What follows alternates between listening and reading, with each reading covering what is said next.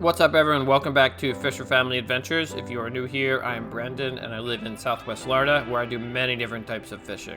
One of my favorite fisheries is red snapper. We have some giants in the Gulf of Mexico. You have to get to around 130 to 140 feet plus, but once you find a patch of them, you'll usually limit out pretty quickly. They're also very territorial. I've gone back to spots months later and they still had red snapper on them. Alright, let's jump into the regulations that were just released today. These regulations are for the Gulf of Mexico, not the Atlantic, for the 2023 season, where will be 2 fish per person at 16 inches size length.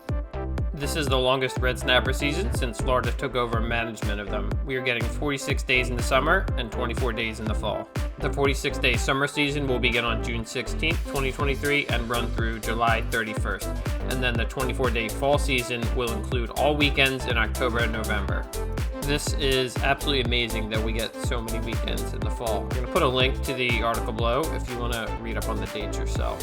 I'm going to end with a quote before I talk about how to find and catch red snapper in the Gulf. Governor Ron DeSantis said, "Florida is the fishing capital of the world, and the Gulf red snapper season brings anglers from across the country to enjoy our waters." So now I'm going to play some clips of me and my friends catching red snapper. So if you're just here for the regulations, good luck and tight lines.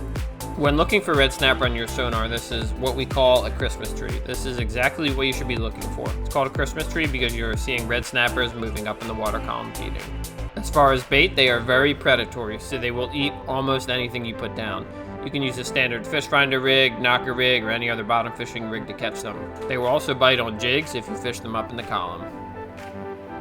Alright guys, good luck out there. Thanks for watching and tight lines.